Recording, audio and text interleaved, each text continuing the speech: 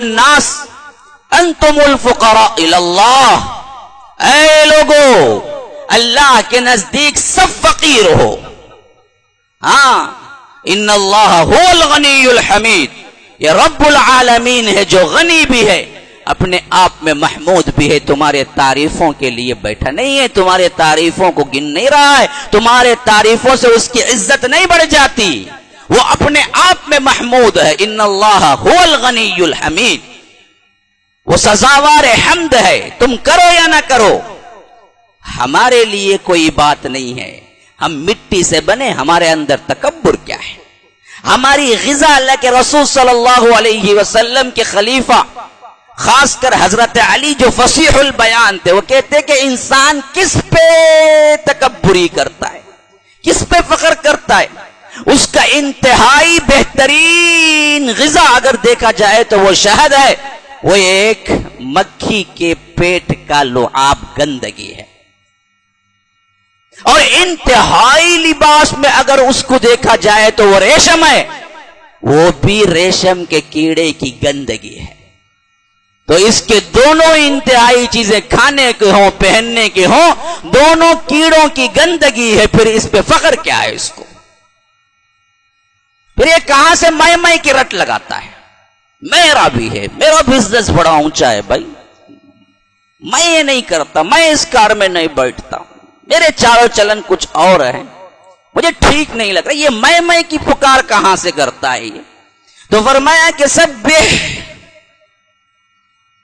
بیان کر تسبیح، اسم ربک الاعلی، جو اعلی ہے، ادنا نہیں ہے، اعلی ہے. سبحان ربی الاعلی، اس کا جواب اللہ کے رسول صلی اللہ علیہ وسلم دیا کرتے تھے، سبحان ربی الاعلی، پاک ہے اللہ تو اعلی ہے.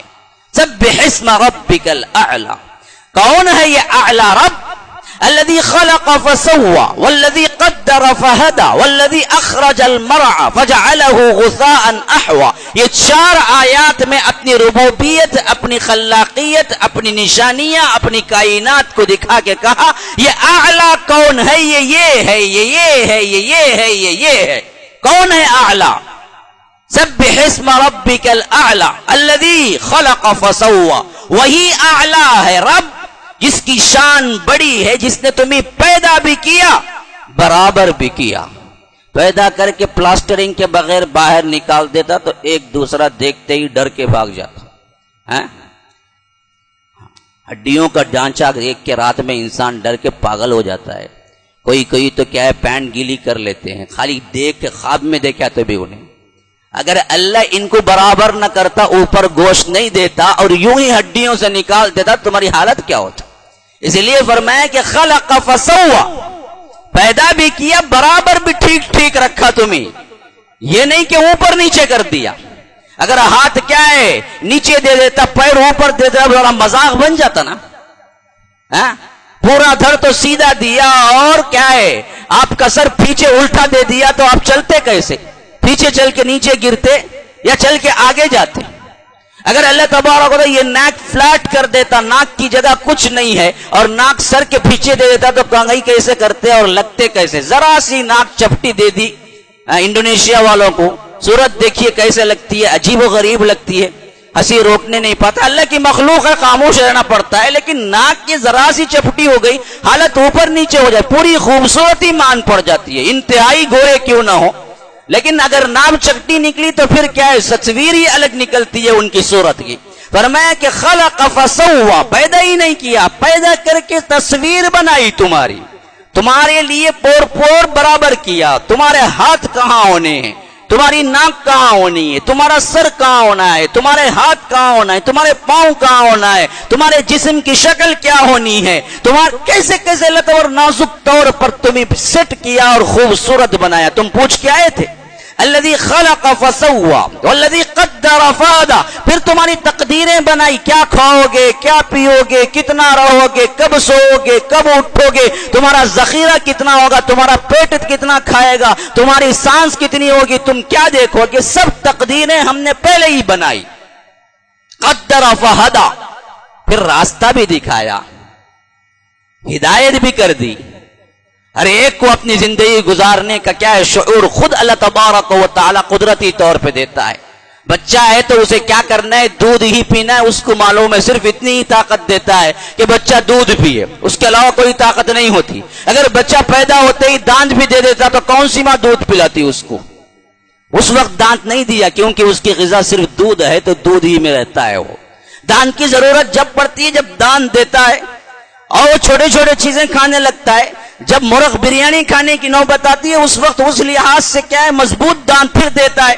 پھر بڑھاپے میں جب اس کا ہاضمہ خراب ہو جاتا ہے وہ دانت پھر نکال لیتا ہے, کیونکہ بڑے دانت رہیں گے تو تمہارا ہاضمے کو پریشانی, جلدی قبرستان پہنچ جاؤ گے. تو اللہ تبارک و تعالی ہر سیٹنگ کے موقع پر تمہاری سیٹنگ بدلاتا ہے.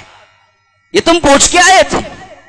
الذي خلق فسوى والذي قدر فهدى والذي اخرج المرعى, وہی ہے جو تمہارے لیے زمین سے چارہ نکالتا ہے. گائے بکریوں کے لیے ان کا چارہ گھاس, ہمارے لیے کیا ہے ہمارا چارہ گیہوں, بادام, کشمش, اخروٹ, ڈرائی فروٹس, کیا کیا نہیں بنا لیتا ہے انسان. لیکن آیا کہاں سے؟ وہی مرعا سے آیا ہے. والذی اخرج المرعا فجعله غثاء احوا, پھر اس کے بعد اسی چارے کو آخر کہاں پہنچا دیتا ہے؟ کالا سیاہ کچرا بنا دیتا ہے. غثاء احوا, جیسے کھایا بریانی کھائی, بریڈ کھائے, بریڈ حلوہ متنجن کھائے, لیکن کب تک جی؟ جب تک تمہارے حلق میں ہوتا ہے تب تک ہی نا. وہ متنجن ہے, بریڈ ہے, حلوہ ہے. پھر اس کے بعد ہوتا کیا ہے؟ وہ تمہارے لیے گندگی بن کے ہی باہر نہ نکلے تو تم ہاسپٹل پہنچ جاؤ. پھر تمہیں کتنا اچھا بھی کہو, نتیجہ کیا ہے؟ غصان احوا, کالا کچرا بنا کے کیا. یہی حال تمہارا خود بھی ہونے والا ہے. یہ دراصل ہر ایک کھاتے وقت سوچ لینا چاہیے, جو کھاتے ہو اس کو باہر نکالنا ضروری ہوتا ہے, وہ بھی گندگی کی شکل میں. یہی حالت تمہارے اپنے جسم کی بھی ہے کہ تم کتنا بھی بڑھا لو, کتنا بھی کیا ہے پالش کرتے رہو, بیوٹی پارلر میں پوری زندگی گزارنے کا ٹھیکہ لے کے رکھو, جیسے ہی جاؤ گے مٹی میں اور مٹی کا مٹی بن کے تم بیچارہ بنو گے. تم نے کیا ہے کھایا, تمہیں کھایا جائے گا. یہ روٹین ہے, قبر میں تمہیں کھایا جائے گا. 4-5 دن میں ناخن جھڑ جاتے ہیں, 7-8 دن میں جوڑ الگ ہو جاتے ہیں, 15-16 دن کے اندر تمہارا کیا ہے خیمہ بن جاتا ہے اور تمہارا پیٹ پھٹ جاتا ہے, غلاظت باہر نکل کے آتی ہے, حتیٰ کہ 40 دن میں تمہارا گوشت پوش کا کوئی حصہ نہیں ہوتا سوائے ڈھانچے کے. یہ تمہاری حقیقت ہے, یہ یاد رکھ لو ہمیشہ. تم ہمیشہ رہنے والے نہیں ہو. کب بچہ مرا ہو, بوڑھا مرا ہو, ادھر عمر کا جوان مرا ہو, عورت مری ہو, خوبصورت مری ہو, سب کا یہ حال ہے. فجعلہ غثاء احوا, آخر کار وہ ایک کالا کچرا ہی بن کے رہنے والا ہے, مٹی میں مٹی مل کے رہ جانے والا ہے. یہ میں ہوں اعلیٰ, یہ سب کرنے والا میں ہی ہوں.